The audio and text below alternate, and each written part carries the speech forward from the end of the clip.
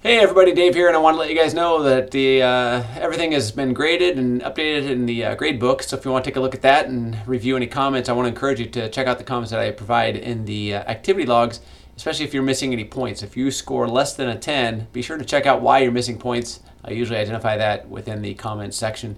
And if you guys send me a comment, I check my email, my work email about 3 or 4 times a week. So if I don't reply right away, it's because I don't see those comments coming in that get sent to my email. So if you want to send me a message in Canvas, that would be great.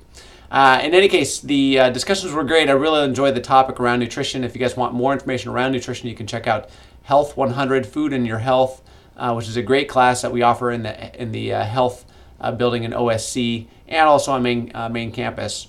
The activity logs were really wonderful. It's nice to see you guys logging and tracking all of those different areas of health that includes sitting and sleeping, and also your exercise. I appreciate just kind of I know you're not, many of you are probably not tracking every single day, so I appreciate the fact that you can go back and kind of backtrack a few days and think about how much sleep you're getting and time you're sitting. A couple things. One, there are 3 topics I want to bring up. 1 about motivation, 2 about gym workouts, and 3 about just results in general. The first one on motivation is I follow a guy named Jesse McChesney. This is one of his latest Instagram posts. He is boy, it's really hard to see. In any case, he looks like he's standing amongst, he's out hiking right here, and it's a black and white picture. It's not very good, but in any case, the picture itself is outstanding, and he says, and he's standing there. He's he's a runner for sure, but he does a lot of Spartan races as well, and he's actually ranked in the nation and in the world in Spartan races, and he trains right here in Vancouver. And he says in this picture, it says, "This is the time of year when champions are made," and that is absolutely true. I mean, fall training is, and understand the word training. I'm not talking about exercising. I'm talking about getting into the realm and the element of training the human body and trying to understand that coming out at the end, about 6 months from now, 8 months from now, is really the optimal goal. And so champions truly are made right now in the fall and in the winter and in the early spring when the weather just sucks and there's hardly any light in the day. You're grinding all day long in work and school, and then you get out into your car and it's cold, it's dark, it's raining. If you want to knock those workout sessions off early in the morning, that's my personal preference, is just to get things done early so that I don't have to look forward to them in the afternoon. But I know that's not always ideal. So just know that in my world, I do a couple things to kind of just psychologically make my way through the workouts, and that is, one, when it's raining, my interpretation of rain is this is nuts, every single little raindrop, and my class laughs at me when I tell them this, but every raindrop is actually like a little cheering squad rooting me on to get out of bed and to get outside and pound the pavement and get some miles in.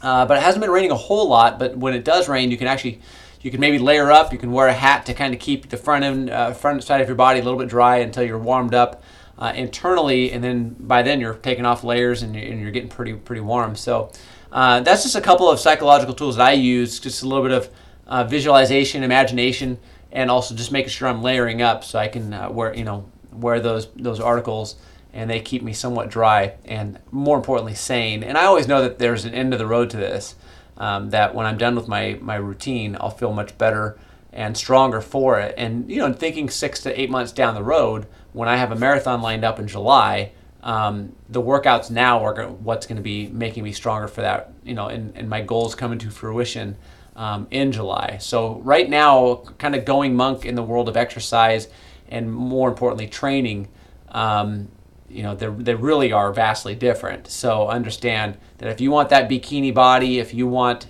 to be toned, if you want whatever your ambitious goals are, if you have ambitious goals, right now is the time to start putting in that work, not waiting until January 1, but actually training and getting on those treadmills or getting outside and pounding the pavement, doing intervals. There was one activity log that someone was doing some incline work on a on a treadmill, and I said get outside and do some hills. You'll get a lot more out of it. On treadmills, that belt that loops around kind of takes away from hamstring and gluteal development.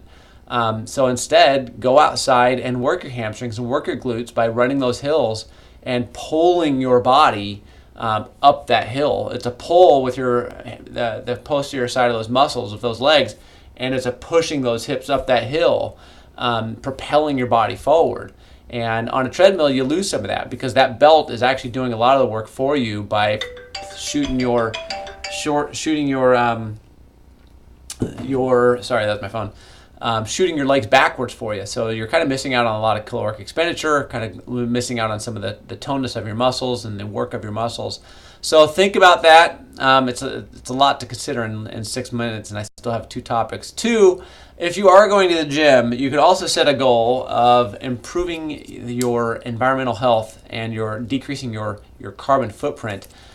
Most of us work or live within close proximity to a gym. I live about 2 miles or so, about 2.5 miles, 2.5 to 3 actually, depending on the route that I take from the gym. And I've realized that by the time I start my car, make it through the 6 red lights, and pull into the gym, I could probably get on my bike and pedal there in just about the same amount of time.